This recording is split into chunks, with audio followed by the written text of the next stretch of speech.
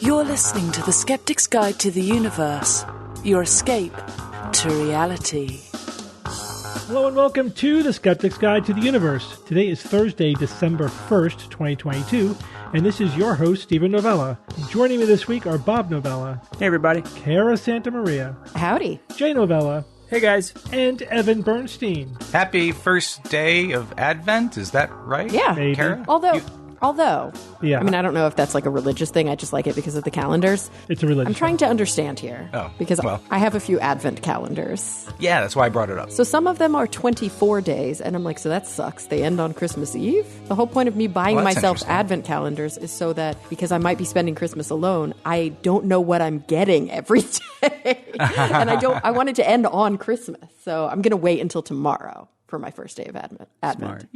That's right. The Advent calendar is basically the first season of the Christian church year, and it ends on Christmas Day. That's why. Yeah. Okay. But it's like if it's a 24-day countdown calendar, I don't get anything on Christmas. Mm-hmm. That's dumb. Yeah. But my dog got his first dog treat today because that's a 25-day calendar. They're all different. Nice. Oh, sweet. Yeah. Killer. At first he just sniffed it and walked away, and I was like, oh no. But then he came back for it. So Artemis is zipping around the moon. It's doing well. Cool. It's doing well. Everything is going great. So far the mission is a success. As we record this, it's getting ready to leave lunar orbit and head back to Earth. Apparently it was the farthest object from Earth that is designed to hold people, even though people weren't actually in it. That's a milestone. It's kind of a weird one. I see. Yeah. But I guess that means for the next mission that will actually have people on it, those people will be the farthest people from Earth. Yeah. Well, they will have traveled the farthest from Earth. Yeah. Wow. And how soon before the next mission, that particular mission? Is it Artemis 2 is 2024. Years? It is. Okay, so do we have to wait a whole other year and change? Yeah, year and a half. All right. Yeah, it's a big one. Then 2025, that's when they land on the moon. Oh my gosh. That's going to be amazing. Wow. That's going to be amazing. I really hope the world kind of tunes in a similar way that they did back in they will. 1969. I hope I think it has they will. that I mean, breadth. we got to like build a party around that event. I mean, Absolutely. We should have a viewing party. I mean, arguably, it's one of the biggest deals in human history. And I think, since there hasn't been much moon activity, it'll be very popular. But, to your point, it's going to become commonplace.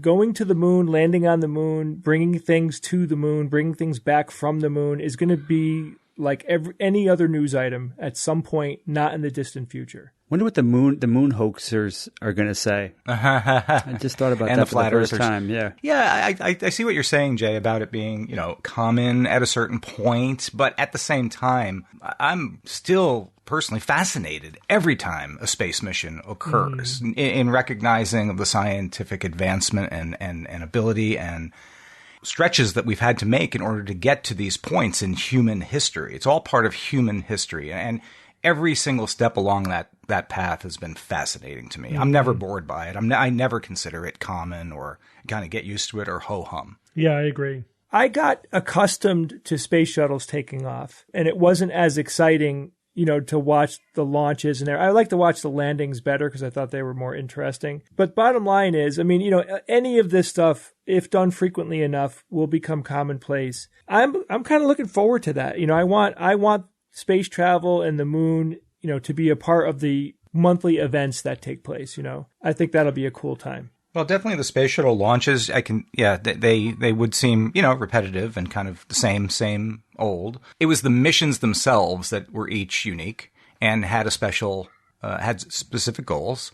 And those were fascinating to follow. And especially things like the spacewalks and the repairing of the Hubble telescope and, those sorts of things. That kept me really glued to the news and in finding out what was going on up there. So yeah, plus I think it's going to be a long time before people being on the moon is going to be routine.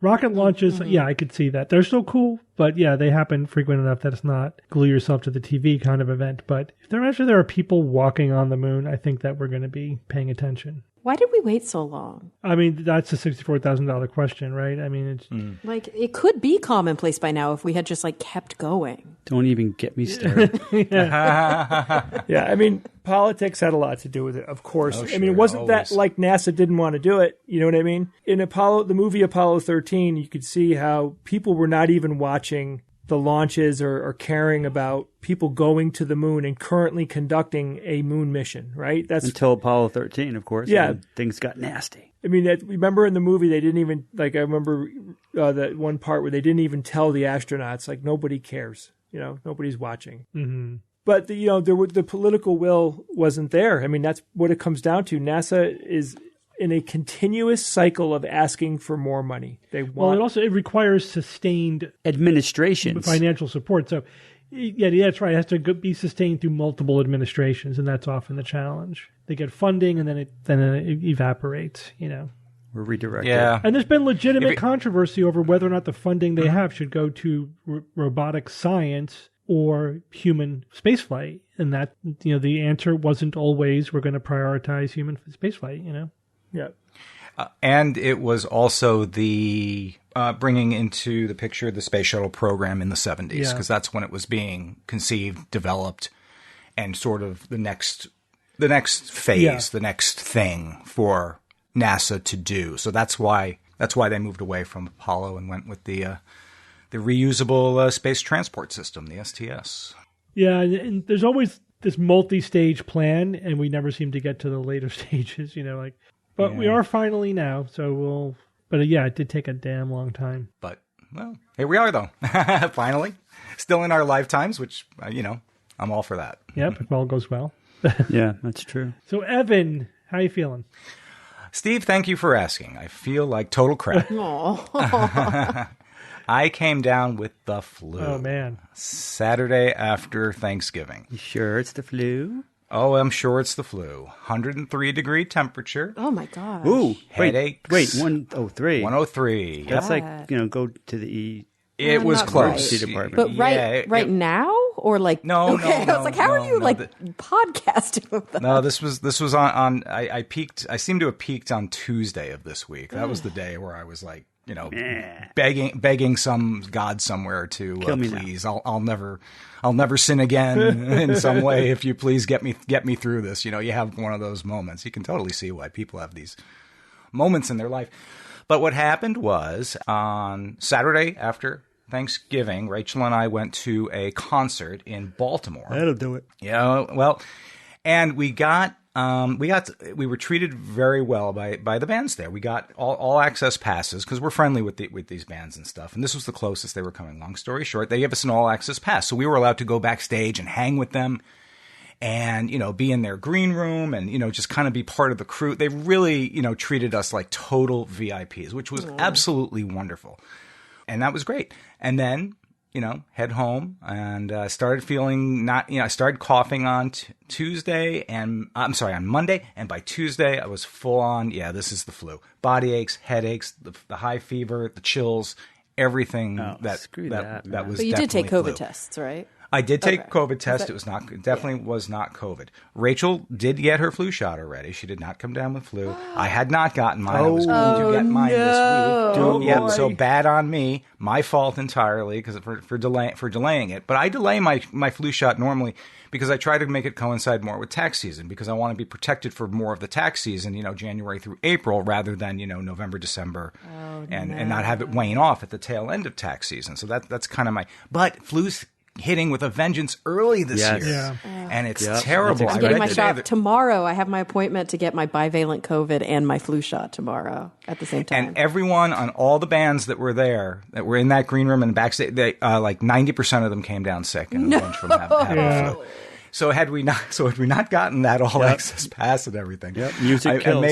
I may, so it happens. What are you going to do? So certainly that's exactly what did it because we were all commenting about it. Get your flu shot. You should have gotten it already. Really, October was like the time to get it. Is Rachel gloating? No. She feels terrible she for should. me. Gloat. No, she's not. I'm happy for her. I mean, my gosh. I shot hurt, man. That thing, that next day my shoulder was hurting. Which one, the bivalent or the flu vaccine? The flu. Oh, flu's not that That didn't bad. hurt at all. I got mine a Wait, couple maybe weeks I'm ago. confusing it with the bivalent. Yeah, you're probably got a shot and COVID it hurts hurt. the next day for sure. I did want to get mine in time to I got 'em make sure both I at was once, I covered think. for Arizona. We have the Arizona Yeah. our slew of Arizona shows that are coming up in just about 2 weeks from the time of this recording. But now you can't get it until you're recovered. Exactly right. So, Steve, tell me at this point do I need the flu shot, and if so, when do I get it? You should still get it, but I don't know. I I can't remember what the guidance. I think the You'd have to guidance look it is up. like it's either like Okay. 1 or 2 weeks from the last time you had symptoms. I'll see. Okay, so I'll have to probably get it right after I get back from Arizona. So I've now failed 2 attempts at getting my bivalent booster. What? Why? I had to wait because I had COVID in August. Oh, right. So I finally came around to the time to get it. I scheduled it during a lunch hour at work, and my morning clinic went late, and I missed my window. So I rescheduled it for today. I show up at the clinic, which is like a 15-minute drive away from where my office is. I show up at the clinic to get my shot, and they're closed. Because they had to suddenly close for 2 days. I didn't officially get the story. They just Zombies? when I got back to my afternoon clinic, because again I had just a little bit of a window. I looked it up, and they said for unforeseen circumstances. That was their entire explanation. Unforeseen circumstances. But while I was there was a security guard there, and I asked him what happened. He didn't quite know for sure, but he thinks there was a gas leak in the restaurant next door. Oh, weird. Yeah, which makes sense. Why would they suddenly close the clinic for 2 Yeah. days? Yeah, you should have seen that coming. Yeah. So now I have to predict that, schedule it for right? next week. So it's my 3rd attempt, but hopefully it will still be a full week before we leave for Arizona. So that'll be good. So for those of you who have had the divalent, I've heard it's not quite as bad as the other boosters in terms of how sick you get. Or what I do think you it just depends because the bivalent is Moderna. Pfizer, I think. Oh, it's Pfizer. Yeah. So, and like different people's reactions to the shots had to do with the formulation, and it also had to do with how many boosters you've already had. Like the more shots you get, the weaker the reaction you get. Okay. So like your first booster was brutal if you had that brutal reaction. That and then wiped it me gets out. slightly less bad every time you get boosted. But sometimes like people who were Moderna all the way and then switched to Pfizer, they got like knocked on their butt or vice versa. I did. Some people never even had a reaction to any of them. I didn't have a reaction. I got it. I'm so jealous. I was so Yeah, sick. I barely had any reaction. I felt like I had the flu for a whole 3 days when I got my first booster. Yeah, Steve too. Yeah, so remember, there is a triple-demic happening this winter in the Northern Hemisphere. There's 3 respiratory viruses going around, and we have vaccines for 2 of them. So get RSV, vaccinated. right? No RSV, no. But it's usually only a problem if you're a baby or really old. Mm-hmm. So if you're not in either of those 2 really categories, you're geriatric. No. Over 55, over 65? 65 probably. Your age or older, Bob. That's what that is. Yeah, but not yours. A year, That's 13 right. months previous. That's correct. Later. Yeah, I'm sure. You guys are like almost Irish twins? Yes. Wow. But basically, we are Irish twins by definition. I think it has to be right? under a year. Is there an operational definition, or is it just? I don't think so, but I'm Googling it now. Yeah, it says that less than 12 months apart is what. Yeah, so you're almost Irish twins. They call those Irish twins? Yeah. I never heard of that one. That's awesome. Is that vaguely racist, or is that okay? I don't think so. Because If you have to ask the question, Steve, it's probably racist. I disagree with that. All right, Bob, get us out of this conversation with a quickie. Yeah. All right. Thank you, Steve. This is your Quickie with Bob. Gird your loins, people. New research sheds light, so to speak, on the stellar halo of our Milky Way galaxy. Yes, we have long known that we have a stellar halo, but we thought that it was spherical and isotropic, the same in every direction. But new impressive studies show that it's actually something closer to a Zeppelin shape, which is called what, people? Zeppelin. A triaxial ellipsoid, which is really cool. I love that. Oh, neat. This shape appears to have been caused by a collision with a dwarf galaxy billions of years ago. That galaxy was called GSE, which stands for Gaia, Sausage, Enceladus. Don't even ask. Look it up I thought online. you were joking. No, that's GSE, Gaia Sausage Enceladus. Why is out of scope for this quickie. The specific shape is actually important because the stellar halo of stars around our galaxy is actually embedded within an invisible galactic halo of dark matter. So the more we know about the shape of the stellar halo that's visible, that is composed of stars, the more we can learn about not only the evolution of the Milky Way, but the nature of dark matter as well. So check out the details online. It's very interesting. So ungird your loins. This has been your Quickie with Bob. I hope it was good for you too. That was very quick. Thank you, Bob. Yes. Zeppelin shaped. No, triaxial ellipsoid. Ellipsoidal. Triaxial, that's a good word. Yeah. All right, Jay, we were just chatting about Artemis, but you're going to get us up to date on NASA's full plan to colonize the moon. If only. If only. Yeah, this is one of those things where when you think about it, you're like, oh yeah, we should do this. So here it is. Like, oh yeah. Yeah. People, we're finally returning to the moon here. We were having a discussion before the show started about this. Like, the moon is wide open and ready to receive its human visitors, and we're going to do it. So now what's going on is we haven't been to the moon in decades. And now returning to the moon, and the fact that we know that we have some plans to do quite a bit of things there, there's a lot of implications. Like, we have to prepare for doing what we're about to do philosophically, right? That's why the Biden administration's National Science and Technology Council recently made public something called the National Cislunar Science and Technology Strategy. This document details the goals for occupying cislunar space. Cislunar space is the area in space that includes both the Earth and the moon. This is basically everything that's close to us in the moon. That's considered to be in cislunar space. They must talk about nuclear rockets. They better. I'm sure somebody is, Bob. And they know you love them. So the main thrust of this strategy outlines 4 different goals. We have investing in research and development, cooperating with other countries, building communications networks in space, and then boosting humanity's overall situational awareness near and on the moon. As you can imagine, lots of things fall into these 4 goals. Yeah. Yep. So as an example of investing in research and development, one interesting thing to turn over in your head is, we could do things on the far side of the moon, right? So as you know, the far side of the moon is not facing the Earth, and it never does face the Earth. So therefore, it doesn't have any radio transmissions. Those radio transmissions don't go through the moon. So it's free of that. So it would be a great place to put some type of radio receiver to look at outer space, right? It'd be a great thing to do there.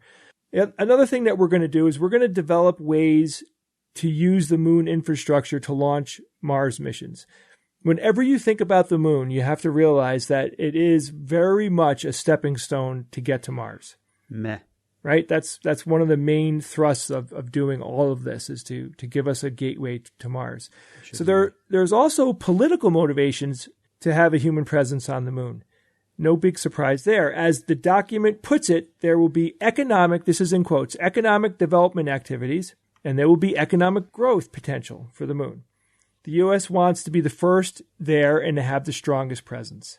So we will slowly develop an infrastructure that will include a moon space station, lunar satellites, lunar GPS system, a permanent base in the lunar South Pole, and a lot more. That's just the beginning architecture that they have already thought through very well. Other countries have said they plan similar goals, but the U.S. is definitely going to get there first. I mean, they have so much momentum right now. It's pretty awesome that we're going to see what we're going to see. Now, of course, other countries are involved with the Artemis project. There has been components that were built by other countries that are going into the rocketry and everything. And there is something I'm about to tell you, something called the Artemis Accord, which has other countries signing on. But, in the end, this is a largely run and operated by the United States. And I do think, in my personal opinion, that there is political will, of course, happening here because, and I'll explain this to you. So there are lunar resources, and they're going to be used for the very first time. And there's also an incredible amount of real estate that we're talking about. So we have cooperation with other countries, but that cooperation in and of itself is complicated. No one owns the moon yet. And the big word is yet. The moon is virtually a giant piece of property, 14.6 million square miles. And to give you a comparison, Africa, I think. The United States is 3.7 million square miles, right? So 14.6 million square miles of real estate that has yet to be claimed. There's a lot of potential here that are up for grabs, and this makes for a very uncomfortable reality, and it's happening right now, and that's why this is fascinating. So, we can't own it. I mean, right? It can't. According to international law, we can't own it. But I think that's also why the accords are important. So just to say it, the countries that have signed on so far include Australia, Canada, Italy, Japan, Luxembourg, the United Arab Emirates, United Kingdom, and the United States. And they include things like norms of behavior, like rescuing stranded astronauts on the moon and things like that. Like, I guess it's similar to maritime law. Like there's an international laws that everyone agrees to. Mm-hmm. But everyone doesn't agree to them. That's the problem. Well, at least these countries agree to that. Well, it's 20 countries, but Russia and China have not agreed. Exactly. And to clarify, that's a problem. just to make sure that our listeners know, the Artemis Accords are an attempt to create like a way of doing business on the moon. Think of this as a guide to how to explore, how to use the moon, how to have common decency, things like, what are you going to do with your trash, right? That's a big deal on the moon. There isn't, anywhere for trash to be eaten by bacteria. Like it has to be taken away. It has to be dealt with. Throw it into a big crater. And Russia specifically said, the current version of the Artemis Accord, they are not signing up for it. And China, like NASA has been forbidden to do business with China by Congress. Mm-hmm. So there is no involvement with China at all right now. And this goes back to 2011. But, this is what's fascinating about it, because we're going to watch the Earth and everybody on the Earth and the governments that are on the Earth deal with essentially, a new piece of real estate that has become reachable now. It's not just, oh my God, we planted a flag on there 50 years ago. It's, we're going to put people there. We're going to use the resources on the moon, and we're going to take things off the moon and bring them back to Earth. And then they're going to be ours, and ours can mean whatever country did it. So it's nutty. It's going to be a very difficult time, and there's going to be some conflict. I am absolutely sure that there's going to be some conflict. Well, I think that's why the Accords are a good idea. I mean, their subheader is United for Peaceful Exploration of Deep Space. I mean, I think that's the approach that we need to take. But obviously, we can only be as united on the moon as we are on Earth, and we are in the middle of a new space race. Definitely, a new Cold War. And Look at it like this. There are landing sites. There are base locations. There's undiscovered caches of lunar resources. There's all sorts of stuff up there. Lava tubes. Right, lava tubes, which could be extraordinarily valuable, right, Bob? And there's only so many of those. So all of those quote-unquote natural resources that are on the moon, like a landing site, right? A nice flat place to land a spacecraft, a really good place to put a base, which is, partly shaded by the shape of the moon, so you don't get direct sunlight too often. Like those things are wicked valuable. Oh yeah, or areas where you can actually extract water. Yeah. Mm-hmm. I mean, those are places that you want to all right, I'm building my base right here, That's high priority for sure. So I hope there's not a lot of conflict. I hope that countries sign up, and it is a true equals type of game that they're going to play with each other. Like let's give everybody a fair share and all that. Like there's got to be that has to be in play. But there are major players here who are like China and Russia are both saying that they're going to the moon too, and they're going to be putting space stations out there. They're going to do it too, right? Well, I mean, but the main player, let's get real. The main player here is China. I mean, when you're talking about, taking, dominating or at least exploring and dealing or staking out a presence within cislunar space, that's because of China. If you read between the lines here, a lot of this is we got to do this before China does. But that's why I said there's political motivation here, Bob. And and I'm just narrowing it down a little bit. There totally is. Yeah, and the vast majority of the people on the planet are going to watch it on TV. You know what I mean? We're just basically going to be consuming the information. There's nothing that we could do other than watch the players play. Yeah, it's unfortunate that that's the motivation, but it would be better if it was all purely for science exploration. Sure. if you guys haven't seen For All Mankind, that show is a great thought experiment for what happens when exploration of the moon and Mars is not cooperative and it's not pretty, and again, in their imagining. But it's a good cautionary sort of tale. Right. And conversely, if you want to see nations cooperating at unprecedented levels, give a listen or read to Project Hail Mary by Andy Weir. I just finished it, and it was awesome. Yeah, you can go back and listen to the interview we did with him. Yes. All right, Kara. That's me. Tell us about cannabis for pain. Ooh. Oh, Yeah. I read this. So, interesting study that was just published. Probably some people listening are going to have their biases shocked a little bit during this news article. Cannabis is probably, it's one of the drugs that is used by the most people worldwide. I don't know if there's an actual a rank system or if there's a real way to know, but cannabis is super, super common. Maybe top 5, maybe? Yeah, it's definitely up there. We're talking about what kind of drug? I mean, we're not caffeine, not tobacco. It's its own thing, right? It's different from THC, basically. Well, in other words, You're saying compared to other things. As far as compare, right? Because I would think caffeine is the most common I think drug that's that people consume. Yeah. Caffeine, though, you don't really need a prescription for it all. Let's say, that's a little bit confusing, but it's definitely, even including caffeine and nicotine, it's going to be probably in the top 10. Mm-hmm. And cannabis, remember, includes a lot more than just marijuana. Pretty much anything with cannabinoids. So CBD, which is cannabidiol. Right? THC is the ingredient that has psychoactive properties, but CBDs, cannabidiols, aren't always psychoactive, but people still utilize them as drugs. So there are different. There are a lot of different components to cannabis. There are a lot of products that are derived from cannabis. Yeah, all of these different cannabinoids in all their different forms. It's pretty common, right? And in some places, cannabis is completely legal, even recreationally. In way, way more places, you need a prescription, but you can still get your hands on cannabis. And of course, there's still parts of the world where it's, incredibly against the law and there are dire consequences for utilizing cannabis. But regardless, it's very popular, very common, and has been for a very, very long time. A lot of people who use cannabis and say that they are medicating with it, whether they are self-medicating or whether they are, prescribed cannabis from some sort of professional, a lot of people say that they're using it for pain. The estimates that are cited in this article are between 17 and 30%. I know that's a wide range, but that's because there's a lot of different sources.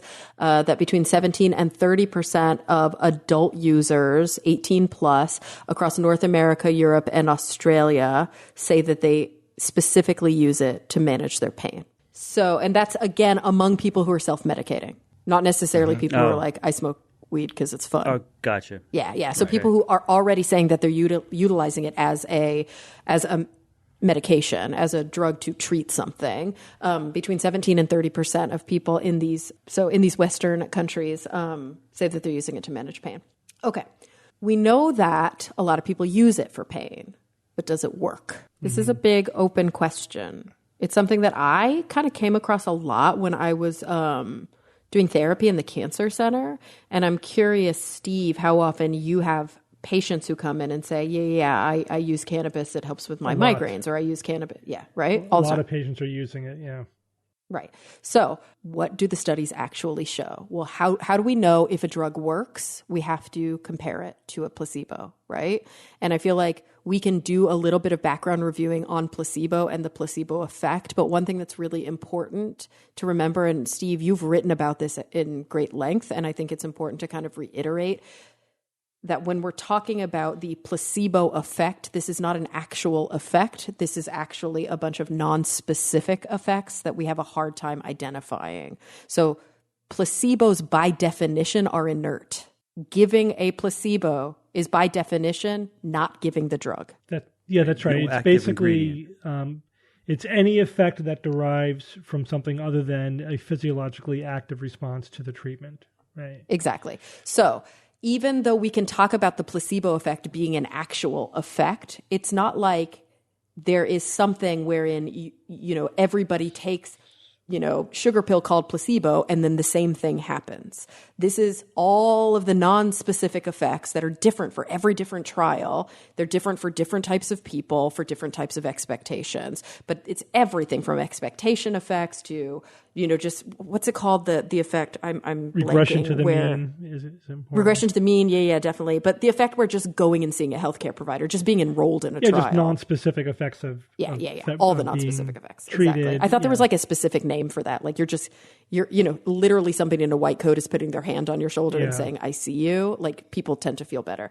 And then remember when we're talking about pain has a massive psychological component to it. It's incredibly subjective. If you guys want like a nice review of this, because we don't have much time to dive into it, and do a little self-promotion on the side, my podcast, The Skeptics, that's the podcast we're on right now. My podcast, Talk Nerdy, several weeks ago, I had a wonderful clinician named Heder Warreich on the show. He's at Brigham and Women's at Harvard, and he is a palliative care. Actually, he's a cardiologist, but he focuses on heart failure. And so he does a lot of palliative work. And he wrote a beautiful book all about pain and about all of the psychological components that go into pain and how we treat pain, and really trying to think about pain as much more than just a physical process. Because it is. A lot of it is psychological as well. Okay, so that's all the kind of caveating at the top. Let's look at what this specific study did. This was a meta-analysis, so it's sort of like the king of all studies. What these researchers did it's done well. Is when it's done well, and they like, this seems to be a pretty solid meta-analysis. I don't know, Steve, if you've looked at the actual source article. I was digging into it. They used, it was pre-registered. They used some really stringent methodologies here. And their outcomes from this meta-analysis are very similar to outcomes from another solid meta-analysis that was just published last year. So basically, they looked specifically at randomized controlled trials where cannabis was compared to a placebo specifically for the treatment of pain. And they're talking about clinical pain. They looked at studies where the change in pain intensity was measured before and after treatment. So a pre-post situation where cannabis products, and we're talking a wide range of cannabis products, were compared to placebo in a randomized controlled way. Okay, so who got the placebo, who got the drug was random, and I think they were all double blind too, right? But there were some differences in how strong the blinding was. So we're going to talk a little bit about that. Basically, altogether, they ended up including 20 studies that had 1,459 individuals over the age of 18. Mostly in the countries that I listed previously, but they did look at other countries as well. It's just the bulk of them were in these Western nations. And what do you think they found? Doesn't work. Yeah. Guess what doesn't? Guess what does seem to be really good at pain? Placebo. Yeah. Oh. Oops. Yeah. So it's not so much that the cannabis didn't do what people think it did. It's just it didn't do it any better than a placebo. And a placebo is pretty dang good. Well, what does that tell you? That, again, kind of what we already talked about, that there are strong expectation effects and that there are a lot of non-specific effects at play, that when you want your pain to go away and you do something that you think is going to help, you can psychologically convince yourself, and that is a component of pain. Don't get me wrong, pain is not all, quote, in the head, and I actually don't like that distinction between something being in the body and being in the head. It's way more complicated than that. But there's a meaningless distinction. It's meaningless, exactly, but pain is emotional. Pain is historical. Pain is traumatic. Pain is linked to memories. There are so many complicated components of pain that are real and also psychological, because psychological does not mean it's not real. It's highly modifiable by mood, by distraction, by other sensations. Absolutely. Yep. So we think about things like depression. We think about things like anxiety. They are, as we often call them, biopsychosocial in nature. So medications work, but so do strategies like diaphragmatic breathing, like grounding exercises, like all of these different cognitive behavioral interventions. Because it is biopsychosocial in its nature and pain is very similar, it's also highly subjective. When we use pain scales, which is what we have to do to ask somebody about subjective pain from a 1 to a 10, there is no way to know if your 5 is the same as my 5. Mm-hmm. Yeah, it's exactly really like difficult. It's like, when I see orange, are you seeing orange too? You know what I mean? It's all subjective. Except it's like even more intense than that, because at least when you see orange and I see orange, we can both say that we're seeing the same wavelength. Yeah. But with pain, we don't even know how our perception of pain is. We know that there are gender differences. We know there are age differences. We know that there are differences based on people's historical experiences with pain, how much trauma they have associated with their pain. So it's very, very, very difficult to be objective about pain studies. But here's something interesting that the researchers did on top. I mean, I could get into the methodology, but basically, like, by and large, they showed that there's a strong placebo effect when it comes to pain, and that cannabis showed a large effect size in reducing pain. Placebo showed a moderate to large effect size in reducing pain. And when they specifically went in and looked at the risk of bias in each of the different studies that they were working with, the lower the risk of bias, the greater the placebo effect. So it may be likely that even in the situations where cannabis was slightly better than placebo, the bias might have been higher in those studies. So by and large, we're seeing that cannabis does not appear to work for pain any better than placebo alone. And I think it's important to say that because it does work for people because they expect it to work. The same way a placebo works for people because they expect it to work. But then we know it's not the drug that's doing it. It's all the non-specific effects. The other thing that the researchers did, which was interesting, although their outcomes were a little all over the place, and they're very upfront about that, is that they were like, what if we look at the alt metrics, like basically the kind of popular rating scale of these different studies, and what if we compare how they were talked about in the media? So basically, this study was cited a lot by the popular media. And when it was cited by the popular media, they said, cannabis works, cannabis doesn't work. Like, how did they actually interpret the results of the study? Was it cautious? Was it skeptical? Was it Pollyanna? Whatever.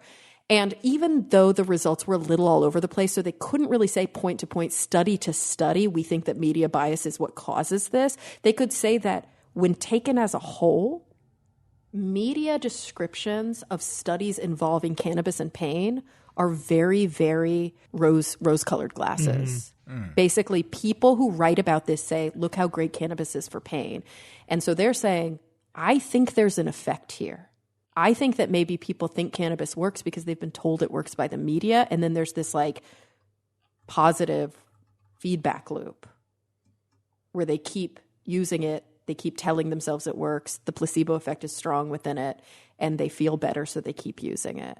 But we have to remember that in certain situations, there are risks. Mm-hmm. Cannabis is still a drug, and it does have negative side effects as well. And that's not to say, I'm not sitting here saying what you should or you shouldn't do, but you should know why you feel the way you feel when you use a drug. Is this the effect of the drug itself? Is it a receptor effect? You know what I mean? Are we actually seeing something happening physiologically downstream because the drug is binding to your receptors and like nociception is reduced? No, that doesn't seem to be the case.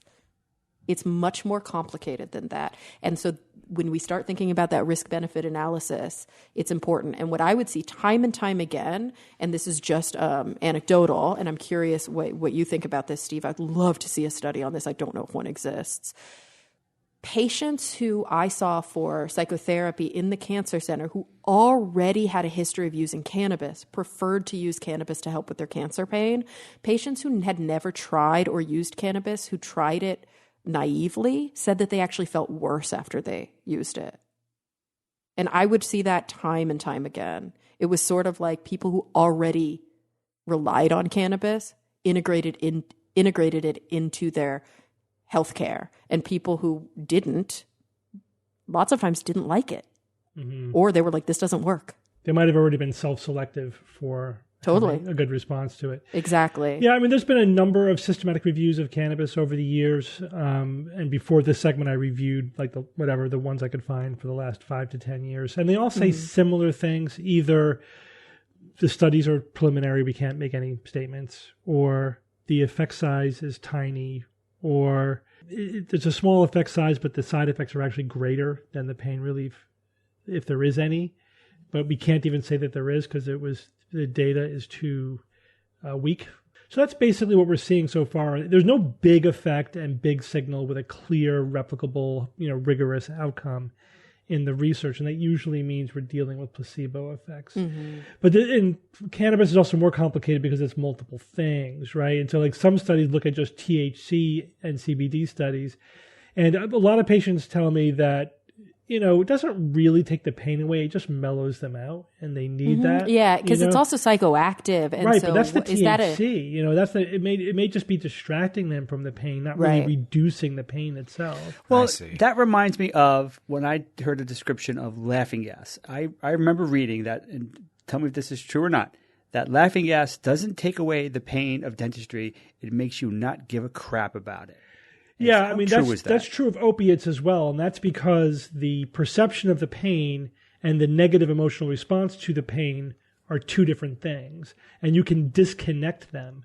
The opiates are really good at blocking the emotional effect of the pain. So you feel the pain.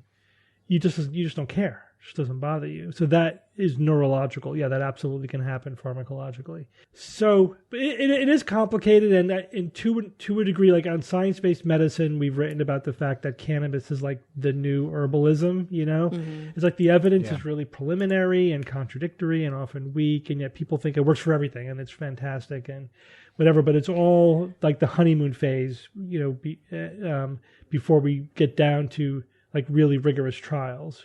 And, wouldn't surprise me at all if we find that it's actually not that good a pain medication, and it may have some limited effect. I think the effect that seems to be fairly substantial in the literature is that it does help with nausea. It does help with anorexia. Yeah.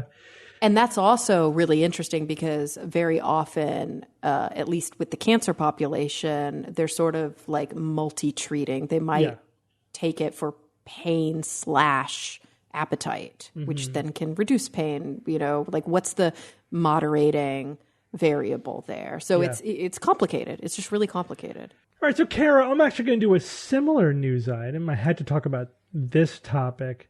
So let me read you the headline of a press release that I blogged about on Science-Based Medicine last week. Boy. Here we go. Ready? Acupuncture can relieve lower back / pelvic pain often experienced during pregnancy. That was the headline. That was the bottom line interpretation of this study. Several people emailed this to us because they're like, hey, what's going on with this, right? Because they know I don't think that acupuncture works for anything. But here is a meta-analysis published in a high-impact journal, the BMJ. And, the authors are the authors, they're not quite that positive, but that was basically their spin. I mean, the press release was basing it on what the authors were saying.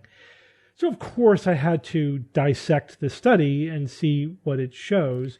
And it turns out it's a great example of absolutely everything that can go wrong with a meta-analysis.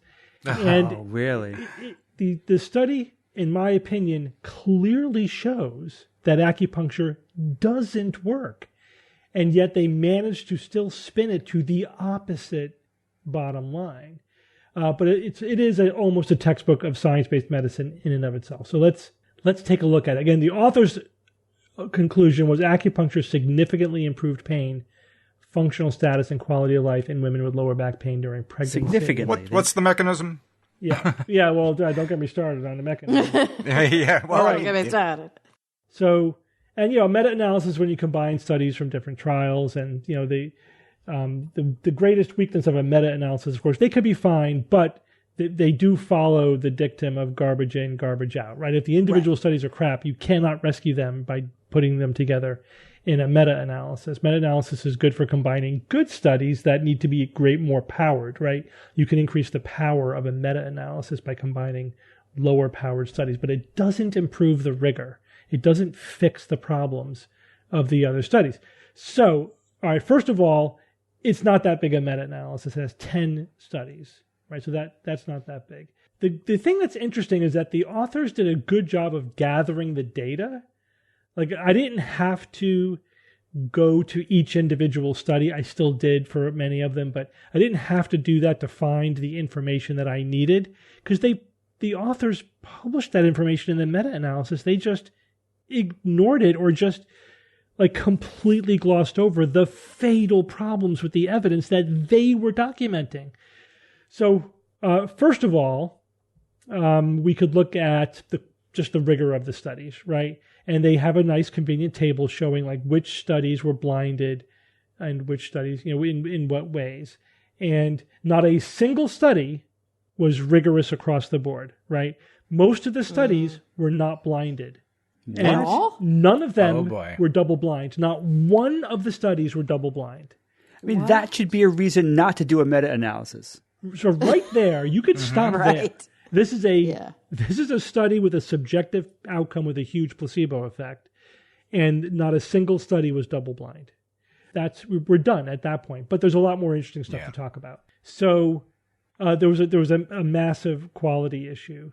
2 of the studies had a greater than 20% dropout rate in the non-intervention group. Because of course they did. Because if you know you're not getting the treatment, why would you stay in the study, right? So, but that also has the potential, right? If you drop out of a study, it's because it's not working. And so that massively biases the results towards a positive outcome. Yeah, absolutely. Right. If you're doing great, you're not going to drop out of the study. So, it's only the people that did well remained. Oh boy, look how good this is. Yeah. So they also, some of the studies included secondary outcomes, right? So the primary outcome, you have to pick like, what's the one major thing we're going to look at? But then you could have secondary outcomes, which are supportive. So for pain studies, one of the important secondary outcomes that we use, and actually this could be a primary outcome if you wanted to make it one in your study, is so you could ask patients like, how much pain did you have, or document your pain over time. But you could also ask them, how much pain medication did you use over that period of time? And you can in fact count their pain medication, right? So that's kind of a pseudo-quantitative way of assessing their pain, and in fact, that's actually a better outcome, right? What do you think is more truthful? Not that they're lying, but I mean more to the point. How much pain you say you're in, or how much pain medication you use to treat your pain? Yeah, the medication you're using. Yeah, the medication is considered to be a really important outcome. So that outcome, the use of rescue pain medication, was not different in the groups. So patients were saying they had less pain, but they were using just as much rescue pain medication. So that also massively throws into question the outcome. They also looked at a funnel plot. Now, a funnel plot is a way of visually documenting whether or not there is publication bias. And I know I've talked about this on the show, but this is kind of a wonky statistical thing, so let me review it very quickly.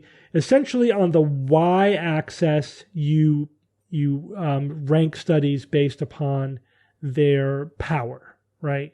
And on the x-axis, you document their effect size, right? So you look at each individual study, here's how powerful it was, here's the effect size, that's where the dot goes, and then you plot them. And when you do that, they should form a funnel, meaning that the more powerful they are, the less variable they are in terms of how far they stray from the average effect size. And in addition, they should be evenly distributed. And that's the critical part for publication bias. Because if you're publishing all the studies, there should be a statistical distribution around the effect size. But if you're only publishing the positive studies, then all of the studies should be on the positive side of the effect size. That makes sense? And so you could instantly visually see how well distributed the studies are and if there is publication bias. So what do you think we see when we look at these studies, these 10 perfect studies? Funnel? So there. First of all, we see two things, both of which are fatal, right? One is there's definitely publication bias. There's, more studies on the right than on the left. And perhaps even worse than the fact that they showed that, yes, there's publication bias, is that there was an inverse relationship between power and effect size. In fact, there's no funnel through those dots. You could draw a line through those dots, meaning that in the upper left-hand corner, outside the funnel, there's two of the most powerful studies are dead negative, right? As the studies get less powerful, that's when the effect size increases. So, ding, ding, ding. Yeah, so there's a decline effect between effect size and power. And power also tends to go hand in hand with rigor. You know what I mean? Because if you're going to do a really powerful study, you're probably going to also make it a more rigorous study. So those two things tend to correlate. So the better studies, the more powerful studies were negative, and the less rigorous, the less powerful the study, the more variable it was, the more positive it was, and those were the ones that were all on the right side of the line. So that there was significant publication bias as well. So basically, where did you see that, Steve? Where did you see this publication bias, like those charts or whatever they were, graphs? Where did you see that? In the study. So in the meta-analysis, they published it. They included them. They published it themselves? Yeah, so like I said, they published all the data you need to see that it's crap. How did they come up with the conclusion they came up with? That's the question. How could they look at that funnel plot and come up with the conclusion they came up with? That's the question. Do they know what it means? They do, and they say, it looks like there's some publication bias here. Anyway, look how great. I mean, they just gloss over it, but they say it. It's there. You can't deny it. There's publication bias, and there's a decline effect. With the two. I mean, it's so visually stunning to see these two studies outside of the funnel, like all the way at zero, that are way above all the other studies in terms of power. It's just visually dramatic. I mean, they should be the two first pages of that damn meta-analysis. Right. So no need to go to page 3. So now there's one more way to look at this, which is specific to acupuncture itself. So this could be, so far I could have been talking about anything. I could have been talking about cannabis or whatever, where this is just looking at the data. Here's a meta-analysis. This is why it's negative, because of all of these reasons. The secondary outcomes are negative. There's publication bias. There's a decline effect. There's none of the studies are double blind, right there, fatally flawed. You cannot conclude that this treatment works. But there's an extra added problem because we're dealing with acupuncture. And that gets back to what Evan said. Prior plausibility. Prior plausibility. What's the mechanism? Yeah. So the question is, which acupuncture points are each of these studies using? Oh my God, right. There's no consistency in it. Oh, you're right. Imagine. So, and how does each individual study decide which acupuncture points to use? So, and that gets back even further to the question that I always love to ask when you look at acupuncture studies, and that is, what is acupuncture? Because before you say acupuncture works, you have to have an operational definition of what acupuncture is. Now, typically it's defined as inserting needles into acupuncture points which correlate with specific function in the body, right? Now, I argue that acupuncture points don't exist because that's what the literature shows. And now my favorite study to link to is, in fact, a meta-analysis that was produced by acupuncturists who were asking the question, where are the acupuncture points? And their conclusion was, there are no acupuncture points because if you try to pin down the location of a single point, it's massive. Like the distribution of where it could be statistically is like a basketball on the body. You know what I mean? Like there's no agreement essentially. There's also no agreement about what they do. So in this meta-analysis, there are 10 studies. 2 of them are on auricular acupuncture, so on the ear. The other 8 are on corporal acupuncture, so on the body. Are they even the same thing? They're not even the same thing. But then if you look at, say, the 8 corporal acupuncture studies, How many of them do you think use exactly the same set of acupuncture points? 0. None of them. None of them use the same set of acupuncture points. So there's 8 different assortments of acupuncture points. But if all smaller than a basketball. If you look at the individual, and they each use like 8 to 10 or whatever different points, how much overlap do you think there is between any 2 studies in terms of like the 8 or 9 or 10 acupuncture points that they use? Some have 0 overlap. Like they don't even use one of the same acupuncture points. Oh my God. And some of the studies have maybe 1 acupuncture point in common with another study, like one other study. I don't know if any of them had 2, maybe they did, but there was like almost no overlap. Like almost as if they were trying to be completely different sets of acupuncture points. So what does that mean? Right? I mean, how could we possibly interpret it? These are 10 studies looking at 10 different interventions according to acupuncture, right? It's a belief system. Either that or the points don't matter. Right. In which case, what is acupuncture exist. Then? Is it sticking the body in random locations? Apparently. And in fact, when you look at studies that do control for needle insertion, it doesn't even matter if you insert a needle. So you can randomly poke the body with toothpicks and get the same effect. Is that acupuncture? Is an untrained person randomly poking the body with toothpicks acupuncture? Because according to the literature, that's just as effective as actually having an expert inserting needles into alleged acupuncture points, which actually don't exist if you look at the literature on just where are they. They're all over the place. So, yeah.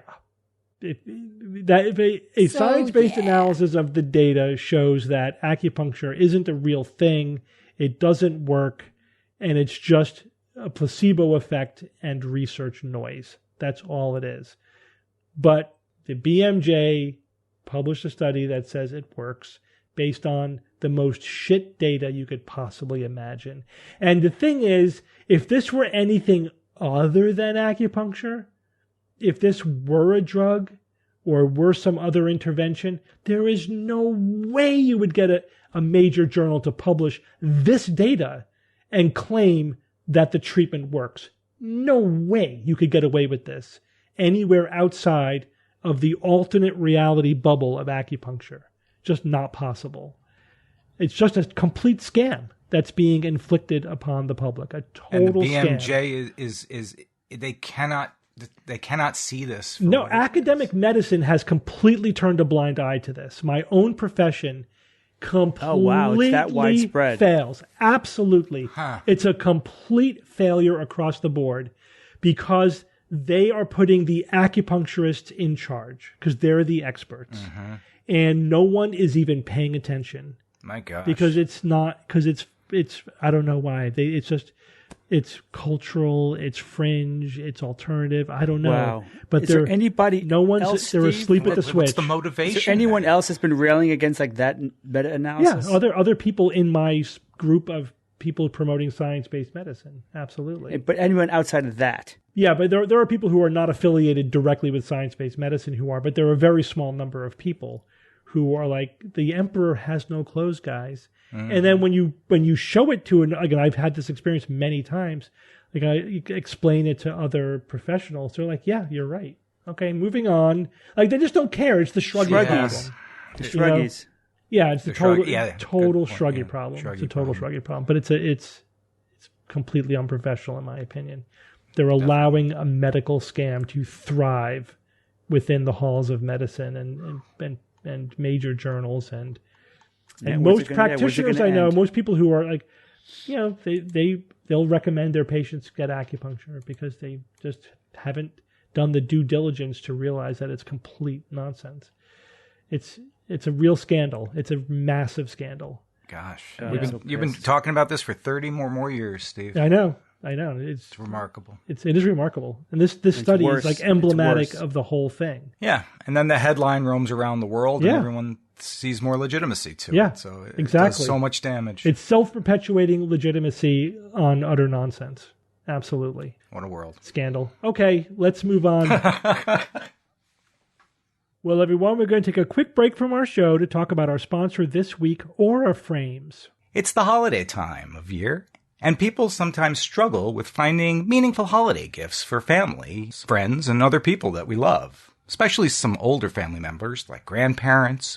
It can be difficult to try to find the perfect gift for them or something that you know that they will absolutely enjoy and won't return the next day.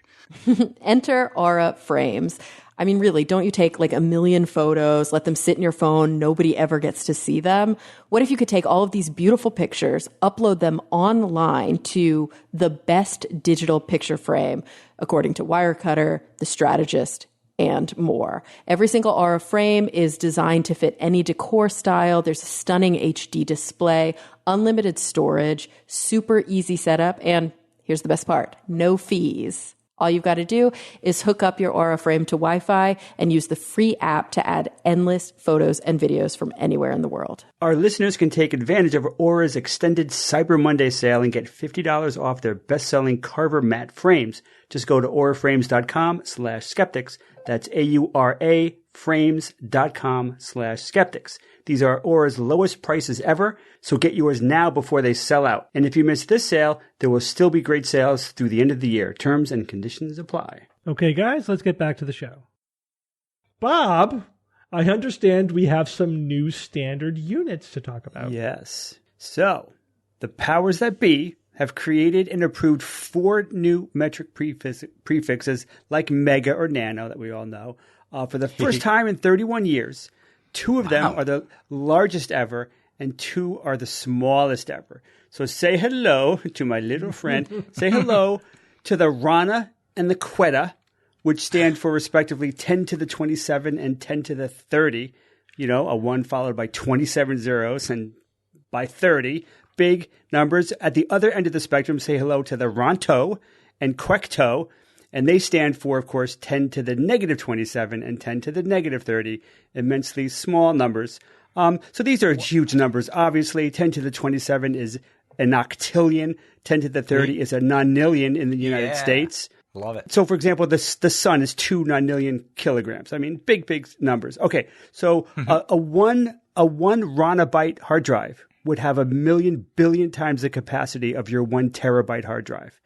It'd be a lot. A quectogram is approximately how much heavier your phone would be after you add 1 byte of data to it. 1 quectogram. So that's at the other end of the spectrum, immensely tiny. So how did this happen and why? Fascinating process. Ultimately, this happens because of the importance that many countries put on something that's called metrology, the scientific study of measurement itself. And this led to the Treaty of the Meter, which I love. The Treaty of the Meter in 1875, originally signed by 17 nations. Now there's something like 100 nations that are signed on, essentially. That cool treaty created various intergovernmental bodies and organizations that essentially all coordinate international metrology and the development of the metric system. Very important. Now imagine the confusion if countries or institutions all had their own arbitrary scientific units. You know, progress would literally we would not be where we are today. It would be just any type of cooperation between scientific bodies would be much more difficult because you'd have to do conversions and you wouldn't know what units they're using and it would be bad. Okay. So obviously this kind of stuff is needed. Now, the decision-making body for this is the General Conference on Weights and Measures, and they have their own Nexus, if you will, or TAM conference, if you will, every 4 years. And that happened this past November 18th, 2022. And they met at Versailles in Paris. No cheap Vegas hotel conferences for these metrologists at all. So this time, not that I didn't love the South Point, totally loved it. Okay, this time they agreed and voted to immediately introduce 4 new prefixes to the International System of Units, SI.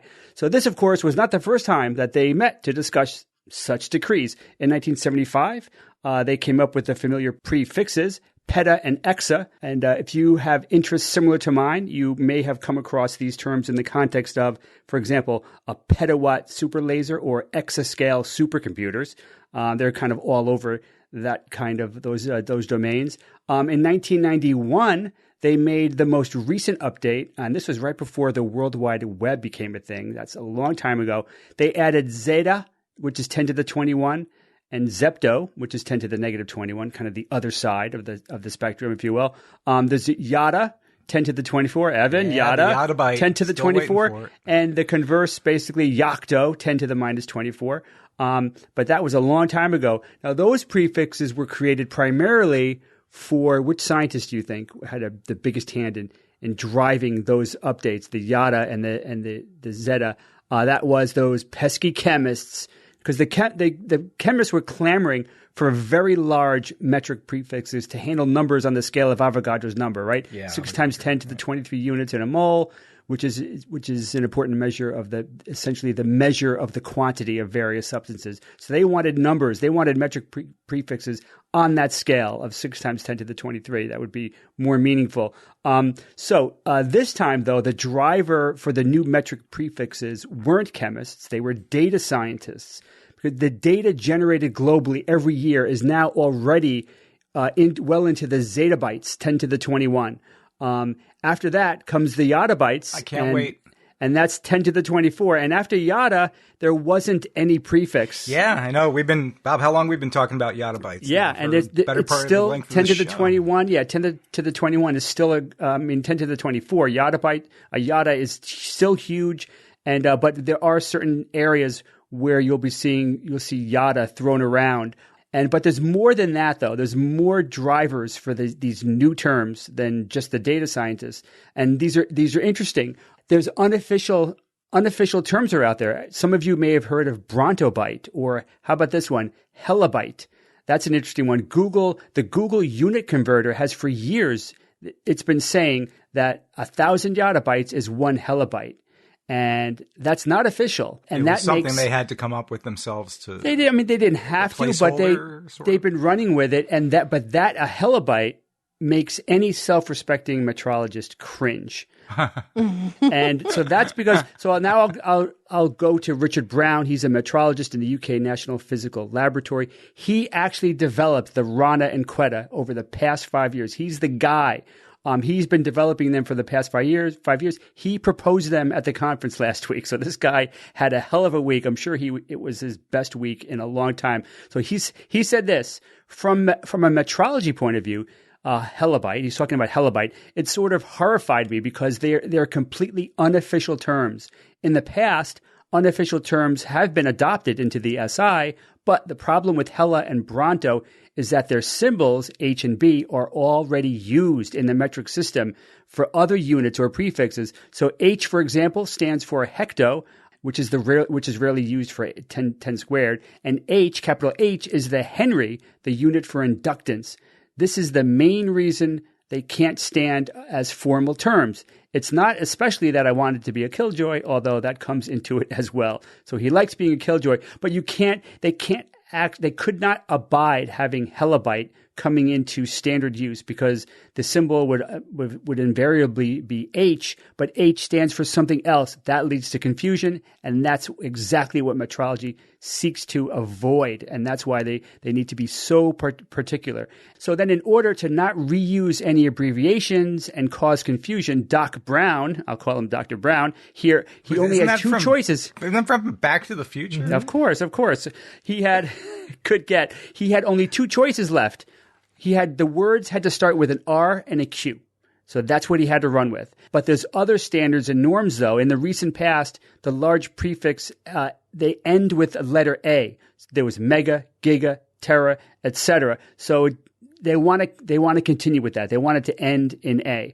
And then the other one was that the small versions of the terms, the really tiny numbers, they historically end in the letter O. Micro, nano, pico, femto. So they stuck with that. He did not want to bust those norms. I like that. Yep. And finally, they want to generally make them sound vaguely like Greek or Latin numbers. So based on all of that, he came up with, after 5 years and discussions and a lot of thinking, he came up with Rana, Quetta, Ronto, and Quecto. They didn't want to go with Ronco, huh? No. Queco was considered. How much would you pay? The Ronco. Queco was considered for 10 to the minus 30. but it was not chosen because it sounds very similar, apparently, to a Portuguese curse word. So they strayed away from that one. So how do you guys feel about these terms? They're fine. Yeah, they're good. I like them. Well, I mean, you know me. I love my numbers. I love my prefixes. Yeah, you're a pedophile. We know. Oh, Jesus. So now, but He said I'm not as pedophile. I'm not as happy. I'm not as happy about them as I want to be of course for superficial Bob reasons. Portuguese meteorologist Olivier Pellegrino said Rana and Quetta might sound strange now, but so did Giga and Terra once. Sure. With practice, they will feel normal. Now, I disagree. I immediately fell in love with Giga and Terra. I remember when I first heard them, and I immediately loved them. Not so much with Rana and Quetta. When I first heard them, I'm like, what? Really? What you the don't hell's want that a about? Quetta computer? But I love it. But he is right, though, that I and everyone else are just going to get used to them. We don't have any choice, and we will. And you're going to be hearing these for the rest of your effing lives. Yeah. Trust me, you are going to be hearing these, so you gotta like them because, man, if you're into reading about this kind of stuff, cutting edge science and so many other fields, chemistry, you name it, astronomy, you're going to be seeing this stuff. So what about the future, though? Right? There's no more letters left. R and Q were the last two. What are they going to do? You know, so say you wanted to express a quantity that's 10 to the 33. That number is called a decillion. But what would the metric prefix be? Nobody knows yet. Nobody knows what they're going to do. We need to invent some new letters. Well, yeah. Do you want to go to new letters? I don't think they're going to do that. I suspect that they're going to go to compound prefixes like gigaquetta, a billion quetta. Oh, I see. And I think that actually sounds pretty cool. Gigaquetta sounds kind of cool. But at some point, they may need to make that decision. But it could be another 10, 20, probably, I would say probably 20 or 30 years before you're going to get another round. And then I'll be on the show and I'll be telling you what the new terms are in 20 or 30 years when they do it. So very interesting story. Cool, Bob. Thanks. All right, Elvin, tell us about this controversial 9/11 call. While this news item was published at ProPublica last week, the story behind it begins back in October of 2019.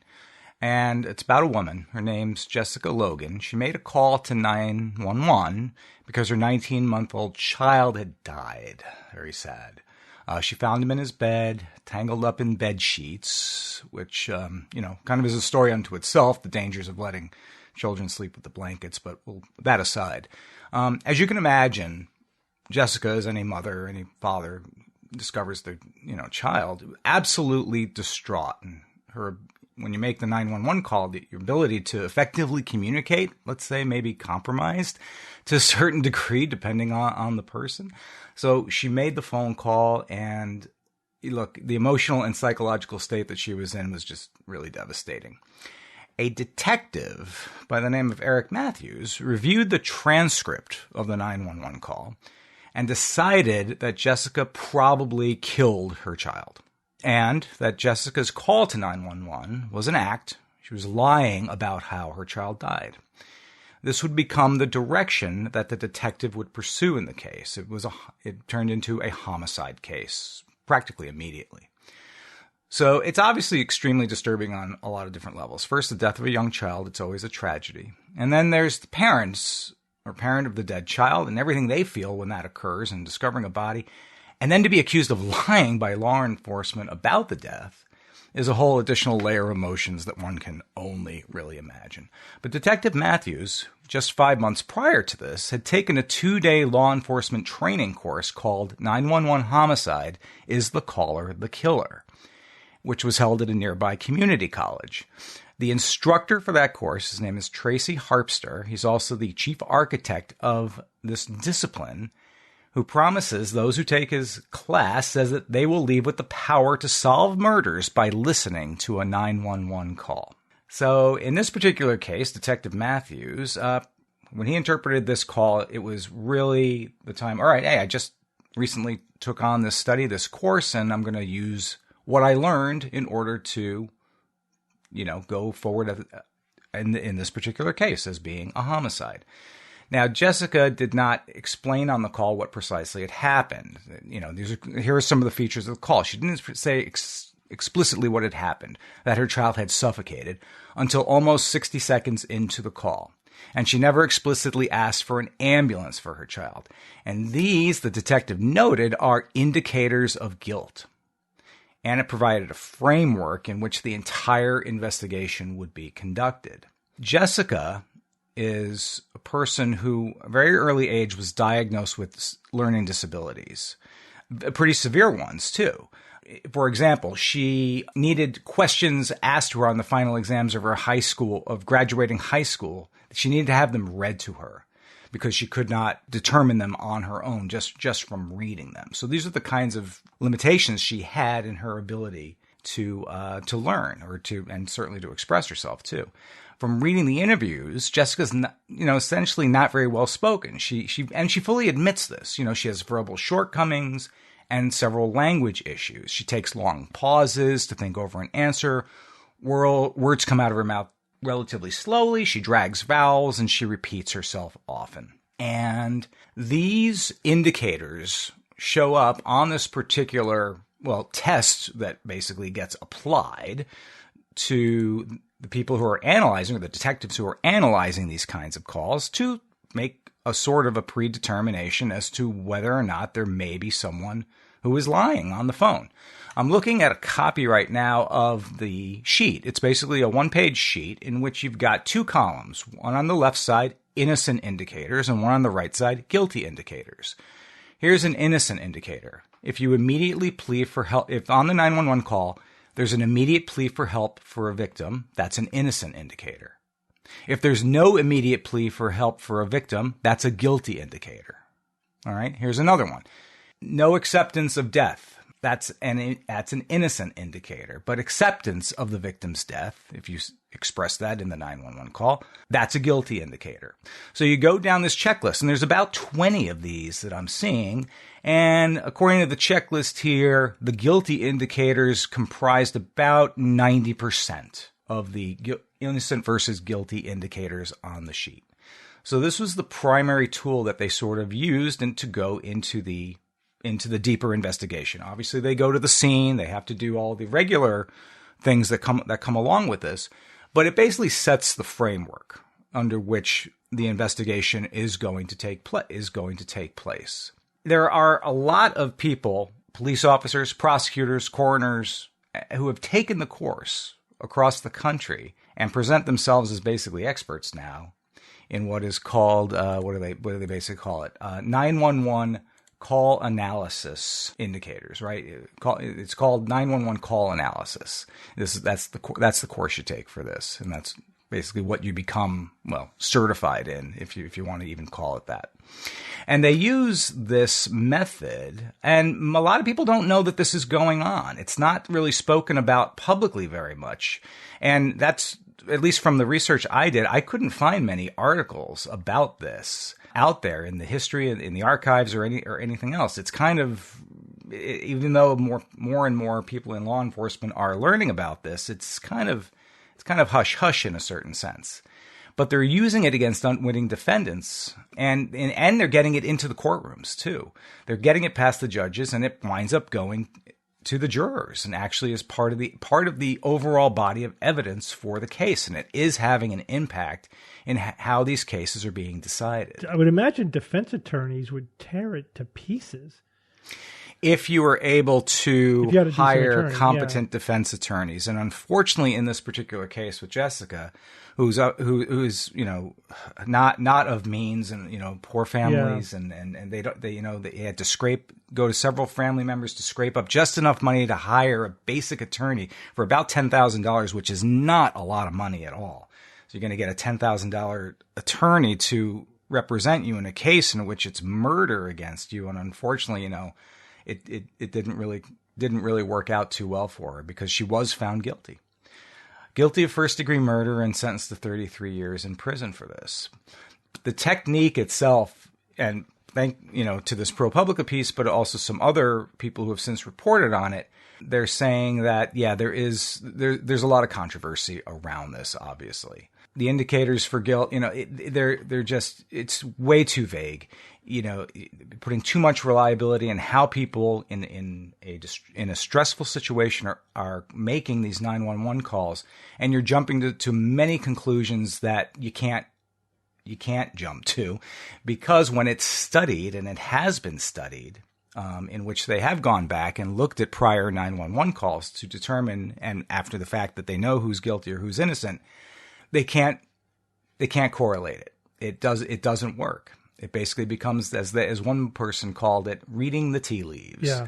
It's total horseshit is what it is. Yeah. So, I mean, also, Carrie, you probably have the same experience as I do. First of all, this is entirely based on, massive logical fallacies, right? This is all, the primary attribution error, right? Where you assume that someone's behavior is entirely due to factors that are internal to them rather than external, right?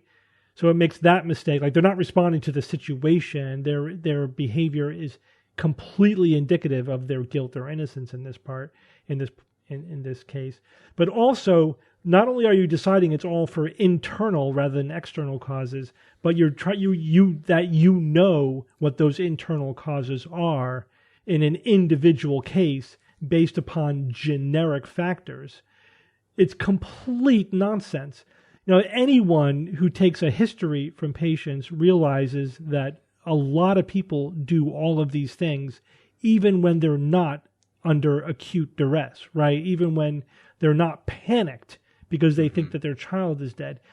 Patients tend to be, all of the giving information out of order, yeah, check. Being repetitive, check. Not giving you the correct information, giving you extraneous information. This is my typical day.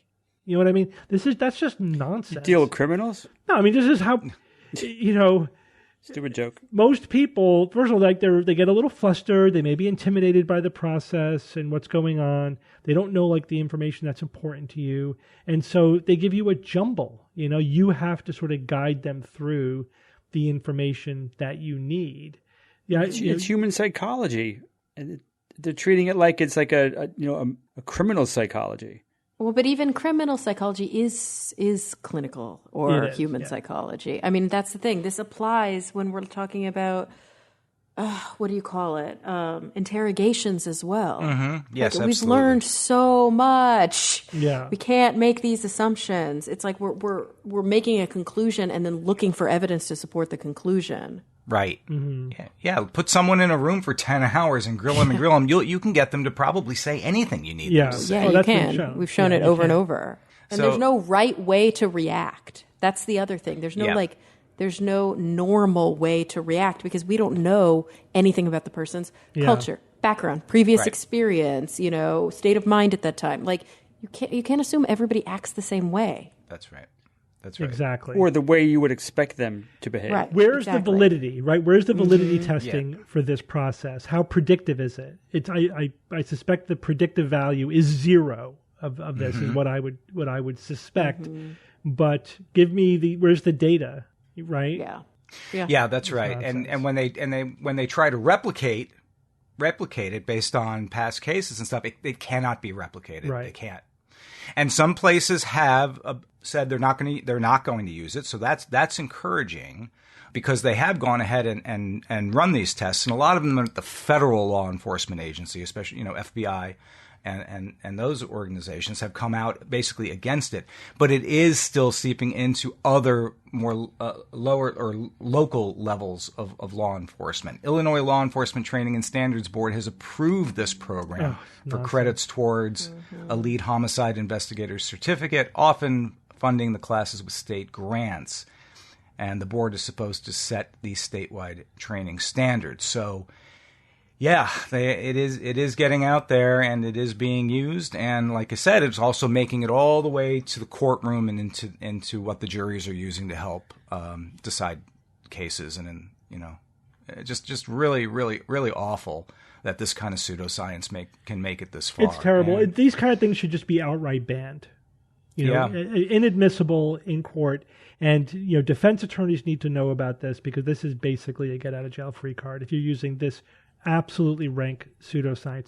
But it also is a manifestation of the fact that people want the magic wand, right? Sure. You don't want to do all the busy work of investigation and evidence and all of that stuff when you can just have a checklist that tells you the answer, It's anybody can do it. It's so simple. Yeah. If only it were that simple. Never is. Yeah, it's just terrible. Yeah, these holes have to be plugged in the system. The thing is, pseudoscience in the courtroom is an absolute violation of basic human rights. You know what I mean? Absolutely. Yeah.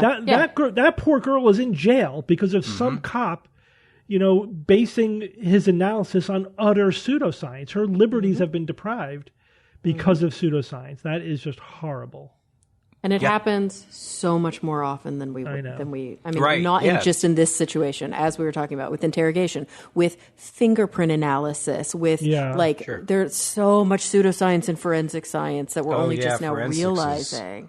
Oh my gosh! And policing, forensic science, policing, all of it. Yeah, it's oof. It's scary, and we only have ever scratched really the surface of these stories. I know we've talked about them in a couple different ways, but there's so much more of it going on out there. Yeah. So many people are become victims to it. Terrible. All right, thanks, Evan. Yep. Jay, it's Who's That Noisy time. All right, guys, last week I played This Noisy.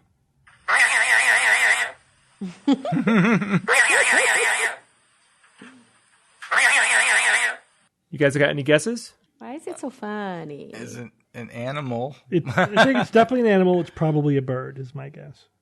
It's some guy making a noise with his mouth. I'll say it's an amphibian of some sort. All right. Well, a listener named Christopher Mitrakos.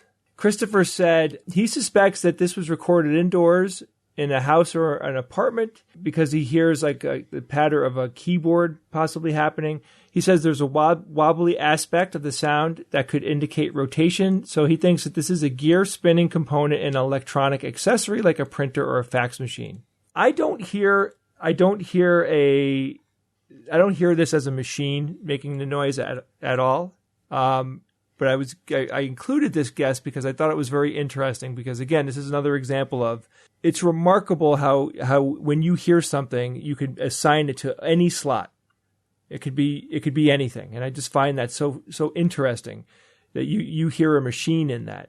Let's go on to another guess here. Jameson Malik said, this sounds like a coiling machine that wraps electric motors with the copper wire required to create the electric current. That's right, copper.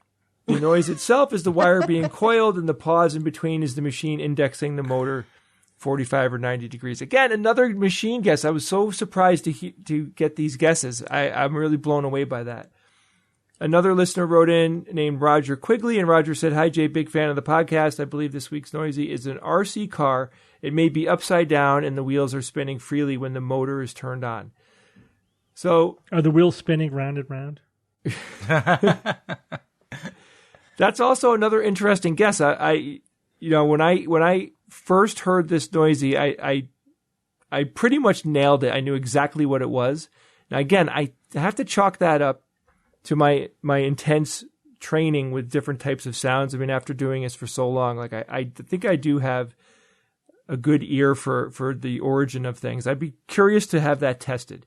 Michael Blaney wrote in, he said, haha, that's hilarious. I have absolutely no idea what it is, but I'm going to guess. I'm guessing it's one of those wind-up toys, the kind that walks around on two little feet that's really old and has lots of gunk in the gears. Now, I happen to own about 3 or 4 of that type of wind-up toy. You know, the kind that make that crunchy noise as they're walking, and they... Yeah. You know what I mean? You had a robot that did that until I took it. Yeah, I picked all guesses that were completely opposite of what my instincts tell me, which I just think, again, is really interesting. So I have a winner, and there was quite a few people that knew this because this was a very popular thing that was on YouTube. A listener named Jacob Lutzen, and I think he actually gave me the way to pronounce his name. Did he? And I didn't use it. I'm sorry, but you know who you are. He wrote, I know what this is.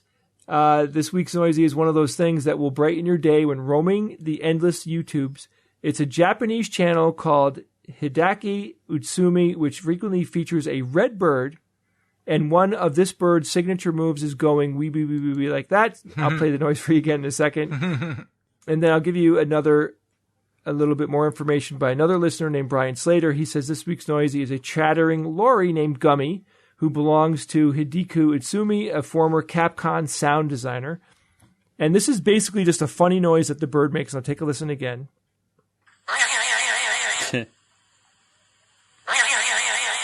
That totally sounds like a bird to me. And Steve, you totally nailed it. Yeah, I'm a little, that's my thing, is bird. Well, Steve, yes. Steve's into birds. So I want to thank Marina for sending that noisy in. I am completely blown away by the unbelievable varied noises that birds can make. I had literally this week, I had 3 different people send me in noisies that were all usable, that were funny bird noises. That is a noise that a bird makes that you wouldn't think that a bird would make it. So we are filled with these types of noises, and I definitely will use it again. There are birds out there that essentially can make any noise that is made. I'm convinced of that. Lyra bird's probably the most amazing. Yeah. All right, so I have a new noisy for this week, and this week's noisy comes from a listener named Joe Havelda, and here it is.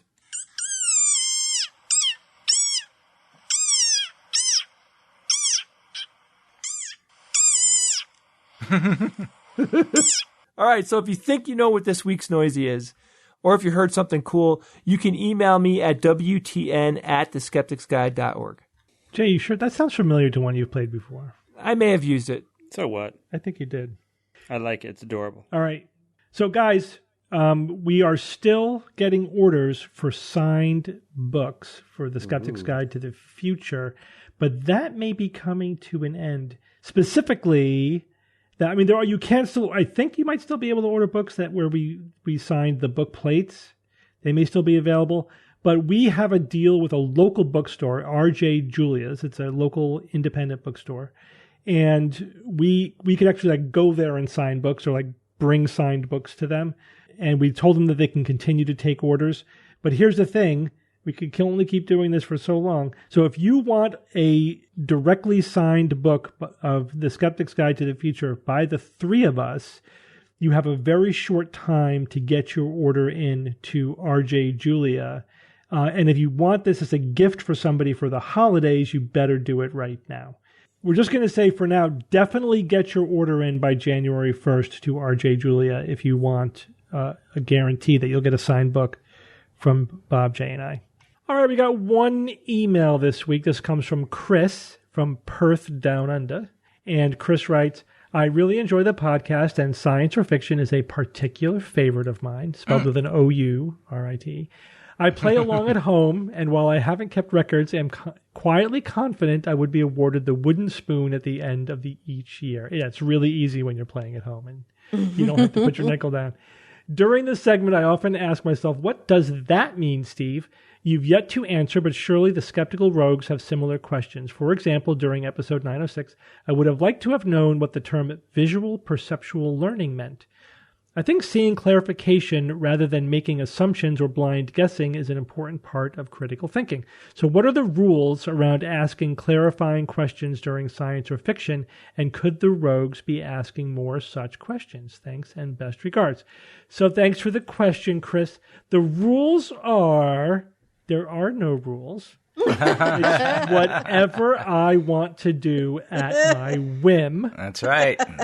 But I do follow some internal algorithms to keep the game fair and interesting.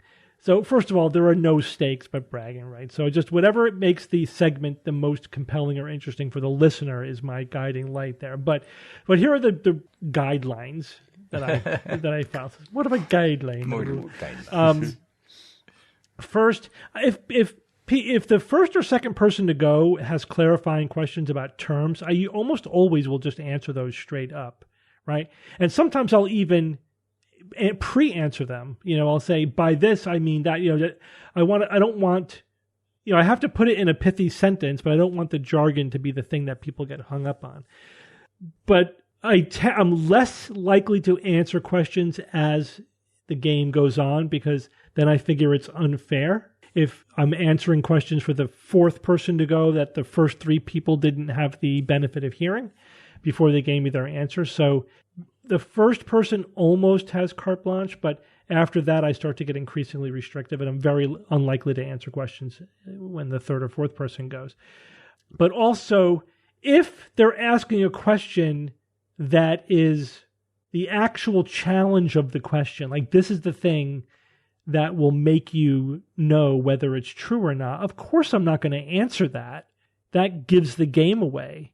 They're supposed to have scientific knowledge and figure these things out on their own, right? I don't expect them to have, wonky, narrow knowledge or necessarily understand all the jargon, so I'm happy to answer that. Or if I said things in a way that is ambiguous, I'm always happy to clarify that, right? If it's on me. Like, I don't want my ambiguity in how I worded something to be the reason why somebody gets it wrong.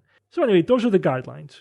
And, I answer questions from the rogues pretty much every week, pretty much. But I try to do it just so the game is the most fun and interesting. And of course, but I still want to maintain the challenge. And sometimes these guys, they ask me questions they know I won't answer, right? You guys do that sometimes. Yeah. Sure. I try not to. Yeah. Sometimes you do it kind of as a joke. Like, I'm not going to answer. True. Yeah. All right. So thanks again, Chris. And speaking of which, let's go on with science or fiction. It's time for science or fiction.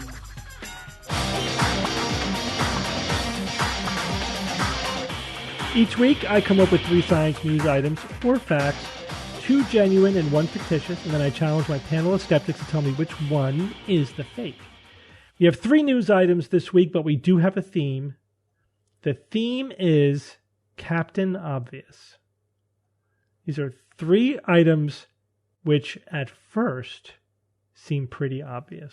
Oh, no. At least they did to me. Of course, one of them is not real. So one of them is not so obvious as it seems. Okay, you'll understand as we go along. You ready? Bob's ready. Good. Here we go. Item number 1. Scientists discover that one of the secrets to waking up refreshed is sleeping longer. Item number 2. In a recent study, subjects rated faces with facial scars as being less attractive than similar faces without scars. And item number 3, researchers find that parents talk more to toddlers who talk back to them. Bob, go first. So what's the fiction? What's the fiction, Steve? Which one's the fiction? Well, let me tell you. All right. Sleeping. Secret to waking up refreshed is sleeping longer. Yeah, that is a little. I could argue either way. Depends. If you're not getting enough sleep, then yes. If you're getting enough sleep, then sleeping up longer will not make you any more refreshed. Let's see the second one. Faces with facial scars as being less attractive than similar faces without scars. And the third one, parents talk to toddlers who talk back. That makes sense. I'm going to say I think some facial scars are kind of cool and interesting. And so I'm going to say that one are being less attractive. So I'm going to say that that's fiction because that's obvious, but I don't think that's true. Okay, Evan. Let's see. The first one, secret to waking up refreshed is sleeping longer. Waking up refreshed. That's a bit, that's a little broad, refreshed, the term. That could mean different things to different people, maybe. But sleeping longer, I don't think there's any negative correlation with more sleeping longer, and having either better sleep or feeling better about it. I don't see the negative there, so I'm thinking that one's right. The second one about the scars, faces with facial scars less attractive than similar faces without scars. I don't know about this one. That's the one, Bob. You said this one was fiction, right? The scars? Maybe. I better move on to the third one then. Where parents talk more to toddlers who talk back to them. Yeah, I think as a parent, you want to encourage that interaction more so. I think that one's totally reasonable. And the parents want to encourage that unless the children, for some reason, saying something that they don't want to be encouraged, like bad words or something. If the kid doesn't talk back, maybe you're like, wait, I got to talk even more. But that one strikes me as correct. So I guess I'm left with The one I'm just not getting the sense for is the scars one. Like Bob, I can't really pinpoint as to exactly why that would be the case. As far as people would have, so I'll agree with Bob. I'll say the scars one is the fiction. The scars don't mean less attractiveness. Okay, Kara. I'm going to GWB. I mean, I think people have scars in their eyebrows, little scars in their faces. Makes them sexy. Marks, yeah. Well, I don't know what pock marks making it. Well, yeah. Like those are scars, aren't they? Yes, but you said that before I said makes them sexy. Oh. Yeah, Sorry, I mean, I really do think, though, that, like, it's not just that they're less attractive. I think literally people are sexier when they have, like, a little something going on. They got a little history. They got a little moodiness. And so because of that, I think it's, like, the opposite. Okay, and Jay. Well, I mean, the one about the scars, it's unbelievably vague because there's different kinds of scars of varying degrees, you know, like the perfectly placed scar above the eye type of thing. Yeah, that could look cool. But there's also scarring that is disfiguring. So I find this one hard to answer just because, you know, it's too vague. And I was also thinking that about the first one, about the sleep one, you know, if you get too much sleep, you don't feel refreshed. There's definitely a limit to how much sleep you should get. And because the scars one is vague and I don't feel like I can really dig into that, I'm going to say that the sleep one, the first one, is the fiction. Ooh. Okay. Bold. So you all agree on the third one. So we'll start there. Researchers find that parents talk more to toddlers who talk back to them. You all think that one is science. And that one is science. You guys are all safe so far. Thank you. So far. The other thing they looked at in the study was whether or not parents talked more to female toddlers versus male toddlers. What do you guys think? Because you know that female children talk earlier and more than boy children. So what are you asking? If parents talk more to their male children or female children? Well, if parents talk more to toddlers who talk back to them, they probably talk more to female children earlier. No, there's no difference. There's no. But is that across time? But if you control for that variable and you just look at male and female, there's no difference. But female children, girls do basically talk earlier and have a larger vocabulary earlier than boys. And the question was, is this because they're being treated differently by their parents? They're being talked to more? And the answer is probably no. At least this study shows that there was no difference. So it may be more like the girl children have more of a vocabulary. They might not necessarily have a larger volume of speech than boys. But parents did talk to toddlers longer and more, the more babbling or talking that the toddlers themselves did, which is unfortunate because the children who need to be talked to are exactly the ones who talk less spontaneously. You know, so it's kind of a self-reinforcing difference, you know. Because it's very important for children to be immersed in language and to engage socially and with language. And if a child is a little bit on the lower end of the bell curve, you know, not talking to them as much is not a good thing. Kind of reinforces those inherent differences. All right, let's go backwards. I guess we'll go to number 2. In a recent study, subjects rated faces with facial scars as being less attractive than similar faces without scars. Jay, you think this one is science. The rest of you think this one is the fiction. And this one is... Say it. The fiction. Scars. So, obviously, there were differences in terms of size, location, orientation of the scars, but the net effect of all of the assessments was that there was no difference, no statistically significant difference in rated attractiveness with faces with and without scars. This was 1,800 different observers participated in this. And what they found was, that people did, they were just as likely to think that they were more attractive versus less attractive with a scar, depending on where it was and what the orientation was, etc. But it sort of averaged out, so that there was no difference. But people did think, statistically significantly differently, that people with scars were more empathetic, that they perceived them as having more perceived friendliness, which is interesting. Because there's something about the scar made them more sympathetic, Yeah, like disarming or, interesting. Well, like flawed, like more human. Right. But obviously, none of the scars were like their face was ripped apart. Like none of it was massively disfiguring. Yeah. Right. Okay, which means that scientists discovered that one of the secrets to waking up refreshed is sleeping longer is science. So they found there were 3 factors that correlated with being more refreshed in the morning upon awakening. 1 was exercising the day before. Really? Yep. 2 was sleeping longer and later into the morning. And 3 was eating a breakfast high in complex carbohydrates and low in simple sugar. The previous morning? No, I think that morning. Oh.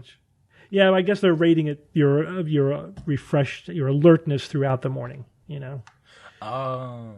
Yeah, so you'll have more alertness if you sleep longer and later. So obviously this is statistical data, you know, nothing like this is going to be true for every single individual, but as a general factor, there was a good correlation. And I often tell that to patients, make sure you leave enough time to sleep as long as you need to. Some people just go to bed too late. You may not have control over when you get up if you have to go to work. If you can sleep in, you should. If you have to get up at a certain time, then you may need to get to bed earlier. Exercise absolutely is a good way to establish. It's good for your sleep cycle. But that's all to a point, right? I mean, it's kind of assuming Obviously. that people are sleep deprived. I mean, yeah, I guess if you have perfect sleep at baseline, but I think they're just looking. You know, this is not necessarily like looking at interventions so much as just looking at sleepers and then seeing what correlates with being refreshed and alert the next day. Yeah. So I'm probably just like an anomaly because I have a sleep disorder because I sleep too much and I'm still tired all the time. Yeah, but you may not be tired because you sleep too much. You may sleep too much because you're tired. No, I do. I sleep too much because I'm tired. Yeah. I get restful sleep. I should say. I get sleep that should be restorative, but I'm tired all the time, hence my sleep disorder. Well, maybe, the sleep quality may be poor. No, it's good. It's good quality sleep. How do you know? You have a sleep study? Because I did a massive sleep study. Okay, that's the only way you know. If you haven't done a sleep study, then you really don't know what your sleep quality is. You may assume you're sleeping, but you may not be having good sleep quality. Yeah.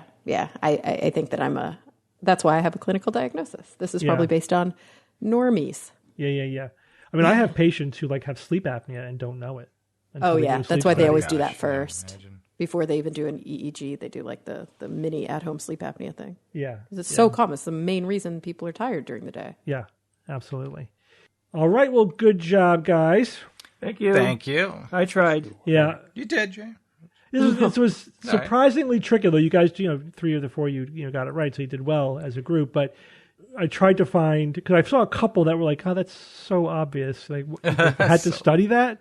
So I decided to make that a theme, but I had to find items that were like, these were the most obvious ones that I could find in the news this week.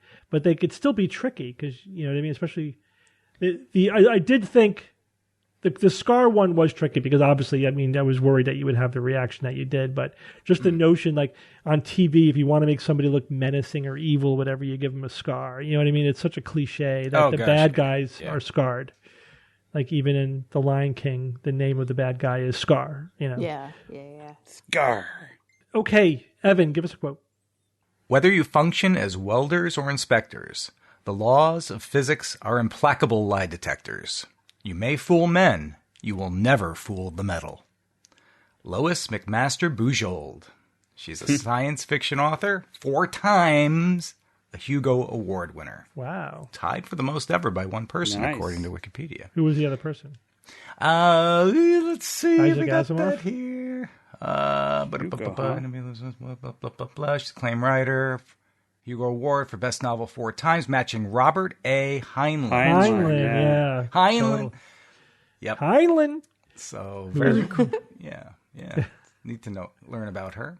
Yep, you can't fool nature. Absolutely. Right, exactly. I mean, it's just some things, you just cannot, some things do not lie. And, like when the old saying, numbers don't lie, Mm-hmm. But you can lie with numbers. You can, well, yeah, that's the numbers themselves don't lie, but you can definitely deceive with statistics. Right.